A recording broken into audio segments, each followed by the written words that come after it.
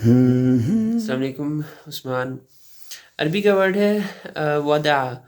इसके मतलब है उतारना, डालना, रखना।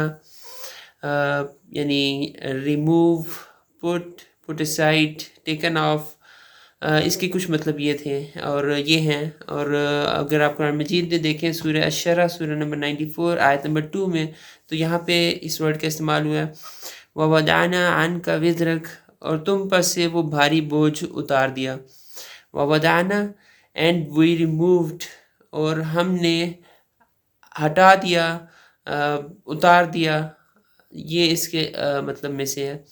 फिर आप लोग देखें सूरह नूर सूरह नंबर 24 आयत नंबर 58 में वहीना तदाऊना सियाबकुम मिनत ज़हीरत, और दोपहर में जब तुम कपड़े उतारते हो, पुट साइड करते हो अपने, आप अपने कपड़े पुट साइड करते हैं, तो ये इसके मीनिंग्स में से था।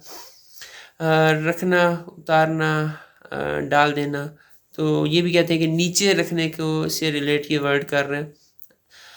तो ये कुछ वर्ड्स के मीनिंग थे वादा से रिलेटेड, और मैं क्या आप लोगों से शेयर करूं, और जिस तरह मैं सीखता हूं कोशिश करता हूं वैसे ही आप लोगों तक पहुंचा दूं, कुछ अपनी तरफ से ऐड ना करूं।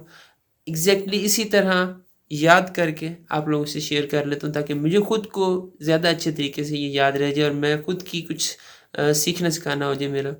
अगर मुझसे कोई गलती होती है तो आप लोगों ने ज़रूर मुझे बताना है, मेरी तसहीह करनी है। और अगर आप किसी अच्छे स्कॉलर को जानते हैं तो ज़रूर मेरे साथ शेयर करें, क्योंकि कुछ पॉइंट्स होते हैं जब कुरान मजीद पढ़ते पढ़ते आते हैं ज़हन में, तो वो उनसे मैं पूछ सकता हूँ और कुछ ना कुछ अच्छी रहनुमाई मिल जाती है।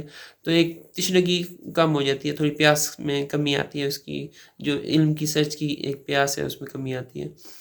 जज़ाकल्लाहु खैर।